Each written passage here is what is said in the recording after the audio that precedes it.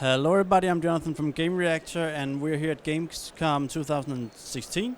I'm talking with a developer from the new game Battle Chasers Night War. Thank you for talking with us. First of all, what is Battle Chasers Night War? Night War is an RPG. It's basically a dungeon crawler at its core, but it's got a lot of the trappings of classic JRPGs, like turn-based combat. We kind of wanted more of an action exploration in the dungeons with traps and puzzles, loot, treasure. Everything's randomly generated.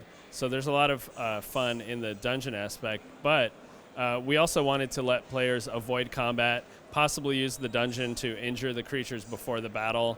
They have dungeon abilities that let them get the upper hand before the battle even starts. And then once you get into combat, it is turn-based. There's a lot of strategy involved. You can equip heroes with different abilities before you even set out on the mission. Even the heroes that you bring with you affect how you'll do. There's 3 playable heroes at any one time, and there's 6 to choose from. So when you're in town, pick the heroes that are going. Depending on which dungeon it is, there's certain heroes that'll do better or worse. It's basically strategy mixed with a little bit of action. Yeah. But before you get into the combat and dungeon crawl and all that, does the story take off? Who do we play as, and what is the goal? So right at the beginning of the story, the heroes are looking for this lost island, and once they get there, they become stranded, and of course, bad stuff's happening there. Hence the name Night War. It's an army of vampires and undead that are sort of coming back into power. Obviously, you have to stop that from happening.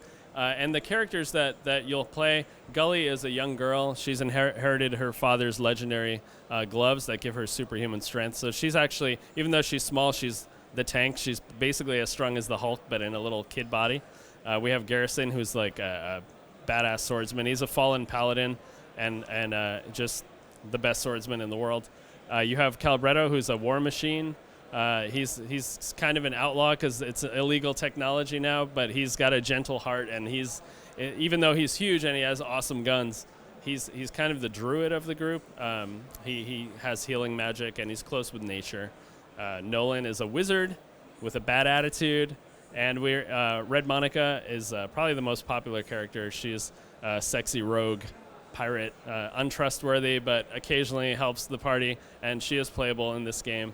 And then finally, we have a new character we're introducing, Aluman, who's a devil hunter, and he's got kind of a dark magic. It's beneficial magic, but it usually hurts himself or others when he uses it. So it's kind of like a Witcher or something. So, but this game is based on a comic book, right? The game is so it takes place in the Battle Chasers universe. That is a comic series I did years ago. But it doesn't. It's a brand new story, so it doesn't.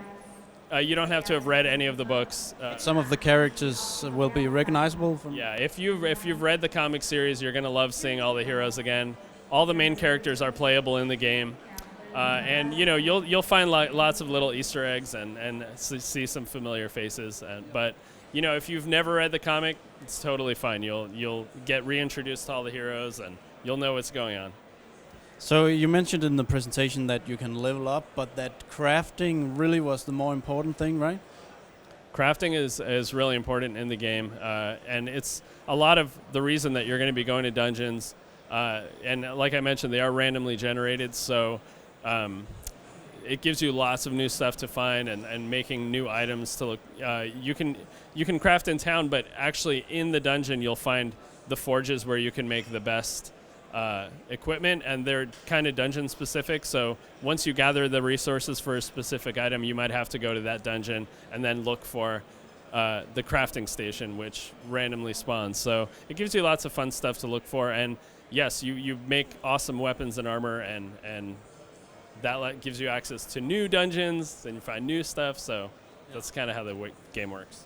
But it seems there's really 2 gameplay parts in this, right? The dungeon thing and the turn-based combat. Can you tell us a bit more about the turn-based combat? Sure. The turn-based combat uses an initiative bar, which is fairly common if you've played turn-based RPGs. It shows when the character's turn is coming up, and it really creates a lot of strategy when you see, you have instant abilities, and then you have ones that take a little longer, so they move you down the bar, which gives enemies a chance to get ahead of you. You can stun or interrupt enemies, which pushes them back in the bar. They do the same thing to you. So you're always kind of fighting for a position. And you can't always just use, your best abilities, because they might take too long, and it might be a decision that kills you. And the other interesting thing we're doing is when you use your quick attacks, you build up overcharge, and when overcharge is used in battle, it replaces your mana temporarily. And the reason we did that is because there's like two basic strategies in old RPGs. You either used all your best stuff to kill stuff fast and then drink lots of potions, which we're not letting you do, or you just use all your basic attacks, and you never do you have these heroes that could do the coolest stuff, but you don't want to waste mana because you might be fighting a boss soon or whatever. And so you fight really conservatively. And in this game, we wanted people to use like all the over-the-top abilities. So we give you temporary mana for the battle, and if you don't use it, you lose it after the battle anyway. So you're constantly doing like the big flashy moves, and some characters actually will benefit from it. For instance, Garrison has an attack that's fairly strong, but it does extra damage for every point of overcharge. So in a long battle, by the end, he'll have so much that it actually becomes a very devastating move. And so, yeah.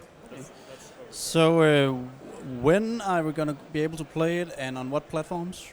Battle Chasers should be done end of this year, and it'll be coming to PC, Xbox One, and PS4. Sounds great. Thank you very much.